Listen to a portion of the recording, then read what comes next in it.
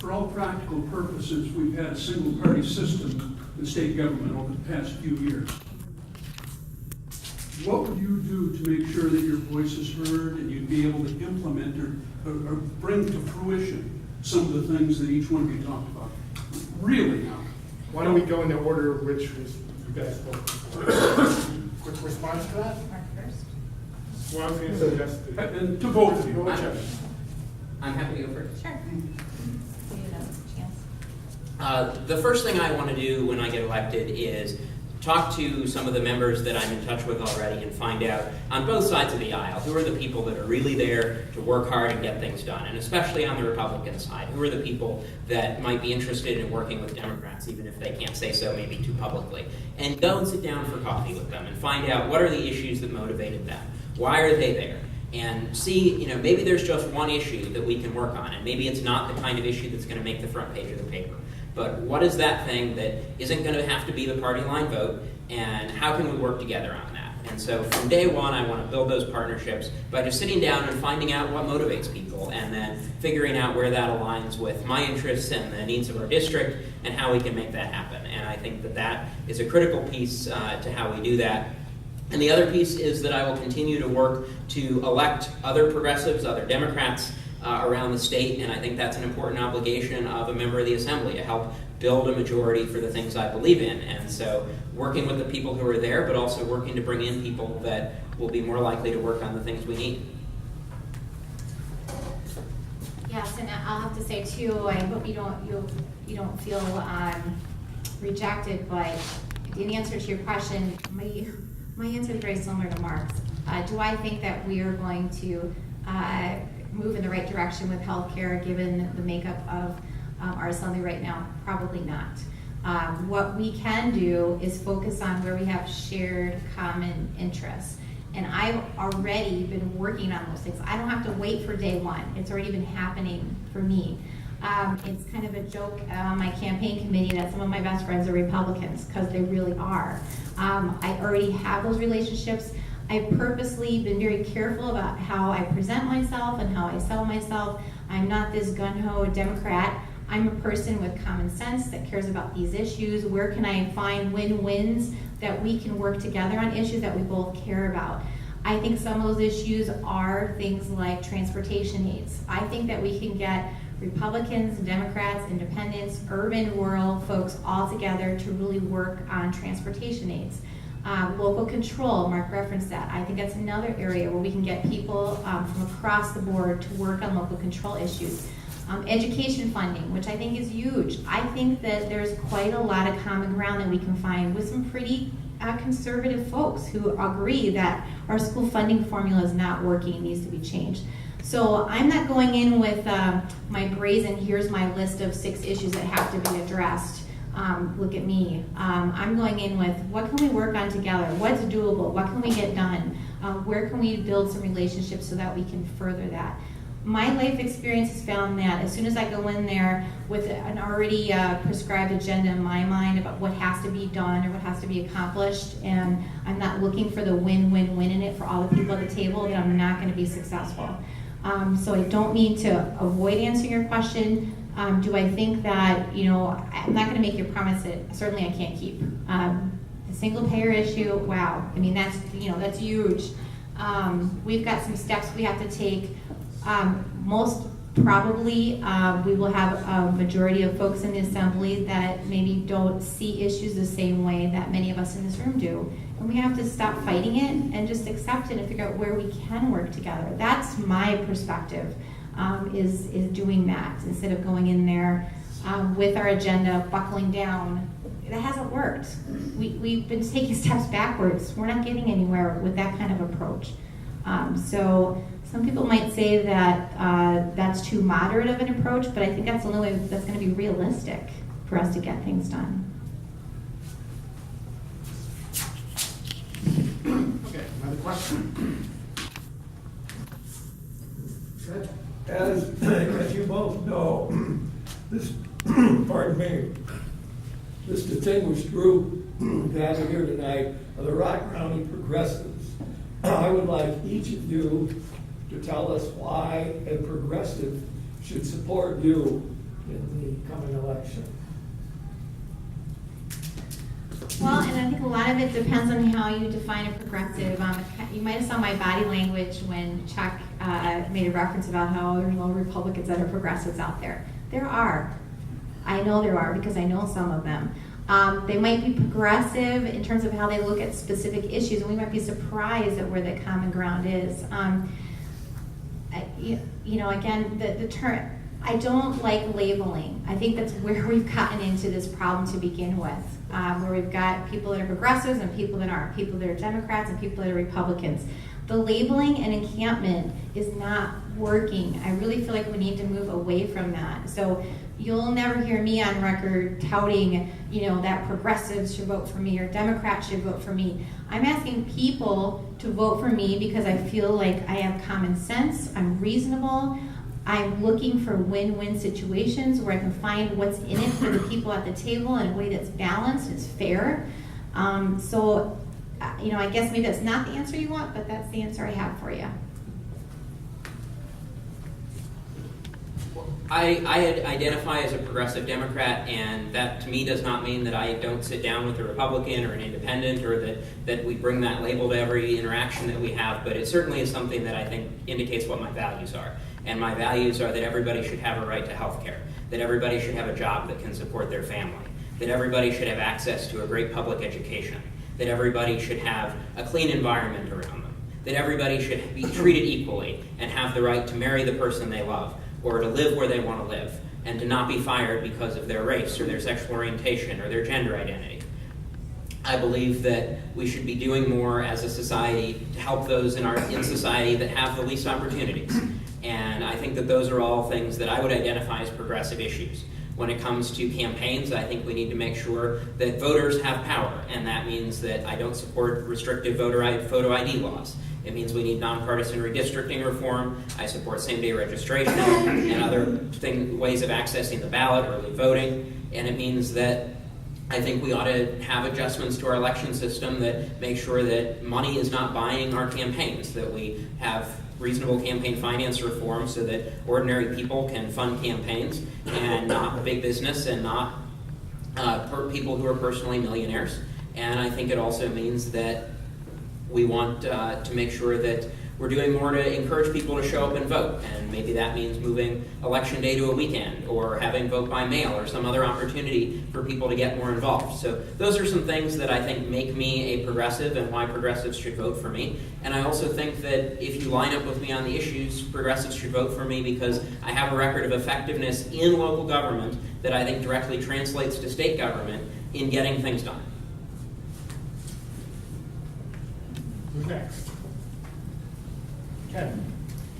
Just a little while ago, I don't know if it ever officially passed or not yet, the legislature in Walker had money supposedly in the state budget, and so they returned a tax cut to citizens of Wisconsin.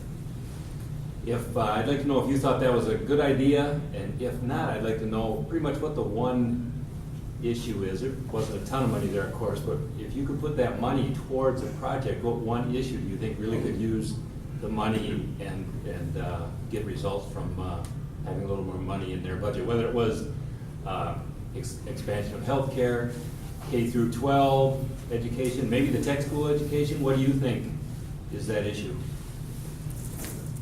I can't remember whose turn it is to go first. Yeah. Wow, if I had to pick one, I'd have to say school funding. When we just look at impact and also look at the incredible decrease in educational funding that's occurred over time with the whole package of restrictions. The talk of any surplus, I think we have to reinvest in our kids, or we're going to see the consequence of that down the road.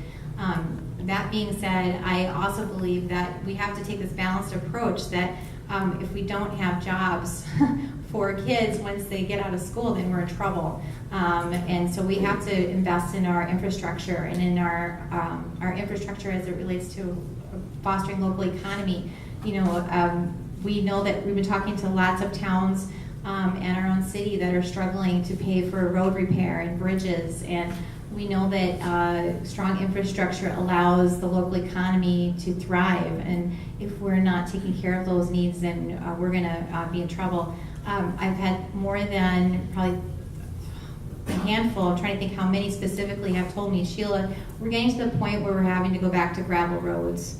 And some towns already have a handful of roads that are going back to gravel. That's a step backwards. And then it's hard for those growers to really do the kind of work they need to with a gravel road infrastructure that they're trying to haul machinery in and out.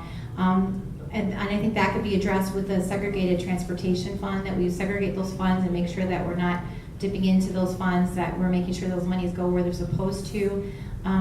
So that would be my inclination, that any surplus funding would go to education and go to our roads. I certainly agree with those priorities, and no, I would not have done that tax cut. If I had to pick one place to reinvest that money, I would say shared revenue, which is putting it back into our schools, into our cities and villages and towns, and letting those local entities decide exactly how to balance where they need that money. But those are the entities that have been cut and that provide those services like roads and education and public safety. And so I would reverse those cuts and use the surplus for that and let those governments make that decision.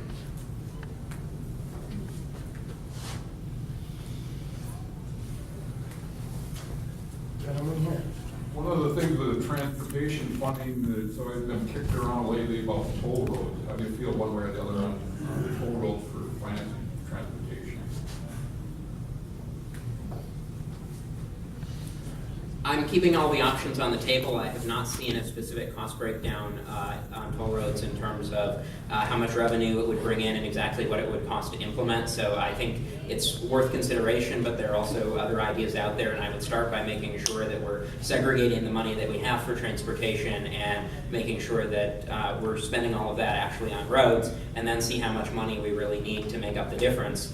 I do think we need to do something to pay for it, and I don't support the idea of a per mile driven tax because I think that gets into privacy issues in terms of how you track that. So that's one idea that I have concerns about unless we could find a way around that. But I guess I would leave toll roads as an option on the table for further study, and certainly think it's worth looking into, but I'm not saying that I would go there.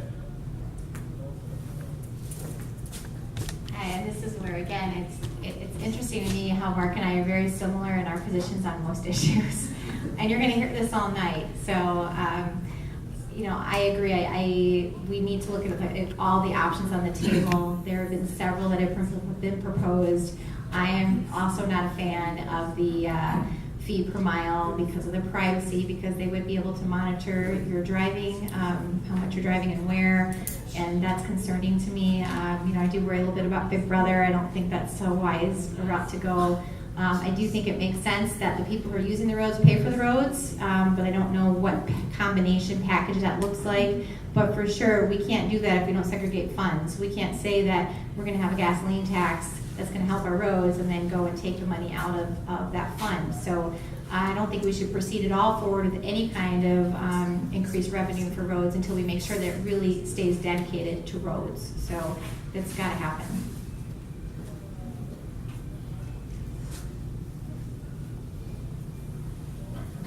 Eric. Yeah, you mentioned that you're going to stay for 2 terms if you get elected, and you're both, I know you've been on the city council, is it 3 or 4 years now? 3 years, 2 months. I mean, with the current state of the assembly and the state, do you think you're leaving, if you win, the city of Beloit and your district too early, where you're getting things done on a local level? Now you're going to leave and you've seen things accomplished, but boy, it's a pretty rough area up there at this time. I mean, you see that. Why would you choose to leave now? That's a great question. I've been on city council now, going to my 4th term, and I do believe in term limits, and I think 4 terms is plenty to serve at a local office, and I hope I'm not offending anyone who's been serving for a long time, because I really do respect and appreciate. Certainly local service is much different than state service. As I shared in the beginning, I don't want to make a career of it. I'm a teacher and social worker. That's who I am. That's what's in my heart. I'm a community organizer, a community mobilizer, community advocate. That's who I am.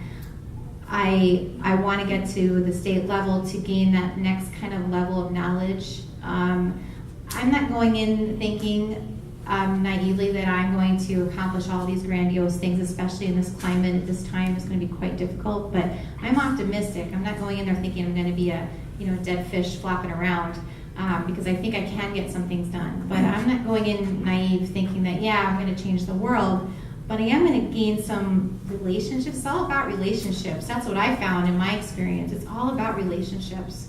And I'm going to gain some relationships, some knowledge, to bring those back to my community stronger with more information instead of camping out in Madison for the rest of my life. I really have that desire to bring that back. I want to prove a point, I guess. I'm running on principle. Those of you who know me know I'm not taking any organized money. Nothing. No business, no corporate, no union, no PAC, no party money, nothing organized, which people say is absolutely insane, that you can't win a state race for a couple $1,000s. I'd like to prove that I can, that it's doable, because I would like to inspire other people that we can get money out of politics. I believe strongly in campaign finance reform, absolutely, positively, and I feel like I have to walk the talk. I can't run a campaign where I'm just gobbling up money from any PAC, any organized group that I can to buy an election and then get to the Madison and say, okay, yeah, let's talk about campaign finance reform. I can't do that. I have to walk the talk.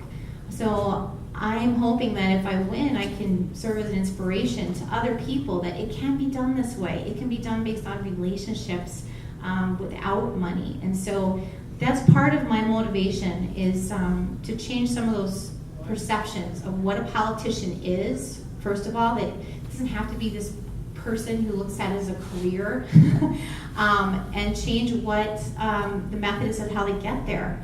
It's a pretty novel idea. Some people would say that it's naive and a little crazy, but I want to try and see if I can inspire others to also pursue this path. A long time ago, that's the way our legislators were made up. They were made up of people that left their farms, went and served for 2 to 4 years, and then went back to their farms. And, I think that there's value in that. They see it as service, not as a career. And so that's part of the reason why I'm running now. I'm running the way I'm running. Your question is something that I certainly weighed a lot before I decided to run, whether I could be more effective staying on the city council or running for the legislature at this time, given the way the legislature looks right now. And after talking to some people who are currently in the assembly and getting their perspective and talking to other people in the community about their support for my campaign, I decided that this was the right time to do this, and I'm very confident that we have good people prepared to step onto the city council of Beloit, whichever one of us leaves the council. And we just saw that on Monday night when we appointed a new council member and had several great people who applied for that position who didn't get appointed, who I hope will run in the future. So I'm very confident that Beloit will be in good hands, whichever one of us leaves the council, to go to Madison. And the reason I think that it's important to do this now is because just because things look a little bit grim in the legislature doesn't mean we don't need someone to go and fight and be as effective as possible in getting good representation for this district. And I think I'm in the position to do that.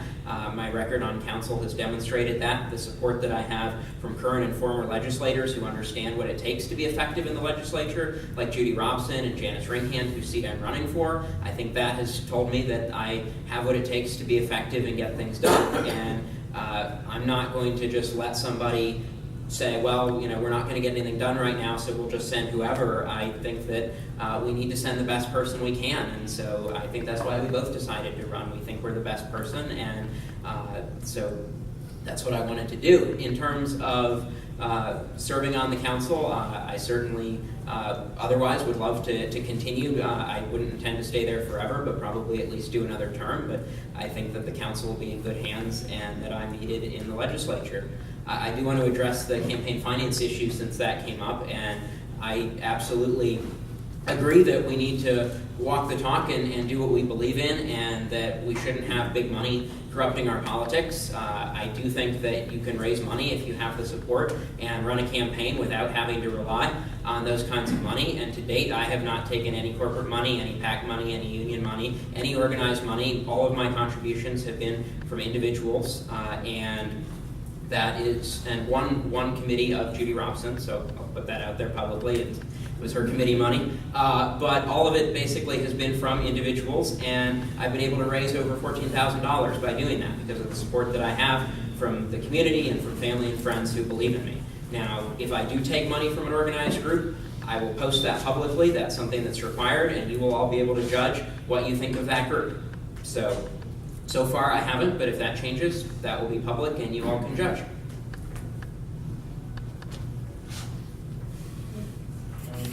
Far back. The state bar has recently proposed to reform the Wisconsin Supreme Court to limit the terms to one term of 16 years elected, and you can't run for re-election.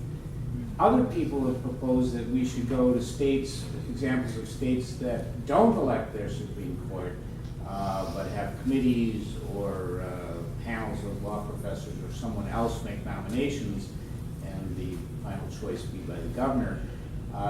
First of all, do you think the Supreme Court needs reforming? And if so, how would you do that? Yes, I think the Supreme Court needs reforming. I think if we look at some of the, not just some of the cases, but I guess to be polite, some of the interactions that have happened on the Supreme Court in the last couple of years, it's clear that it's not working. So I would be open to a variety of methods of reform. If we do continue to elect our judges, and I think there's value in people having a voice in that process, but we need to make sure that we change how we do those campaigns. And the influence of big money, Wisconsin manufacturers and commerce, to name one, in those elections has just been a huge problem in making sure that ordinary people get their fair day in court. I do like the idea of some sort of limit there because they really are supposed to be impartial, and so I think that there would be some advantages to doing that. At the same time, you go to a 16-year term and you get somebody that decides they want to put their hands around somebody's neck, and they're going to be there for a really long time. So, you know, there's pros and cons to that, but I think there'd also be some advantages to having a committee of people who have less of a vested interest in the politics of the process, but more of an understanding of how it works, like retired lawyers or professors to be involved in that. So I'm not wedded to either of those proposals, but I think either would probably be better than what we have right now, which we used to have one of the model courts in the country, and unfortunately the past few years it's really become politicized in a way that's a shame. Well, I would still like to see the voice of the people in selecting Supreme Court. I guess you know, I would say I'm not in favor. Oh, we actually disagree on something. I'm not in favor of just a group of lawyers deciding who our Supreme Court justices will be. I think that's a mistake. I think the voice of the people should definitely reign. It's meant to be checks and balances, measure of accountability. If the people have no say in it, that's concerning to me. I am in favor of term limits, period, in every office across the board. So, you know, I think it'd have to be determined particular to that office and how long, you know, you would need to be in that particular office to feel like you've acclimated yourself well enough and have a good a sense of ability to get work done, or to have some continuity would be important. But, you know, I am definitely for term limits for every office, including justices.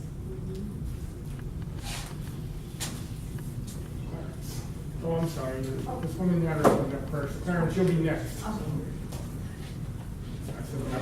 You want up there? Oh, You're gonna get no up. problem, no problem. Clarence, you'll be next. Okay. Having taught in Janesville for 33 years, I'm very concerned about collective bargaining for state employees. They actually are given no say in what their pay is going to be. In Janesville, for particular, they've taken away seniority. If teachers decide, well, they do have to take like 6 credits in order to get their license renewed. But, you know, and they're paying, the teachers are paying the expense of those credits themselves. But the school district in Janesville has decided that they are not going to move people up on the pay schedule if they take credits. If you get a master's degree, it's not going to make any difference. There's no incentive. There's no incentive to get a master's degree. You know, if you have to take credits to get your license back, well, maybe I'll take it in FIAD or some kind of art field, you know. But the meat and potatoes of teaching is kind of being lost. And Gazette does not publish this well, but we are actually leading the teachers out of the district. Good teachers. They're not bad teachers that are leaving. They're the good ones that said, I'm not working like this for anybody. It's a lot of work. There's a lot of obligations to the job and standards you have to meet. And then on the opposite end, that there are, you know, charter schools that are draining public funds away from education. And that has hurt public schools very much, because without the funds that they used to get, they, you know, I would say school board members want to raise wages for teachers, but they're in a, you know, kind of in a pinch because they're not getting the money they need to do that. And what would you do to bring some change there? You actually started to segue into where I think the root of the problem is school funding, the lack of funding that's available. You know, I think most school board members really are good, decent people that want to compensate teachers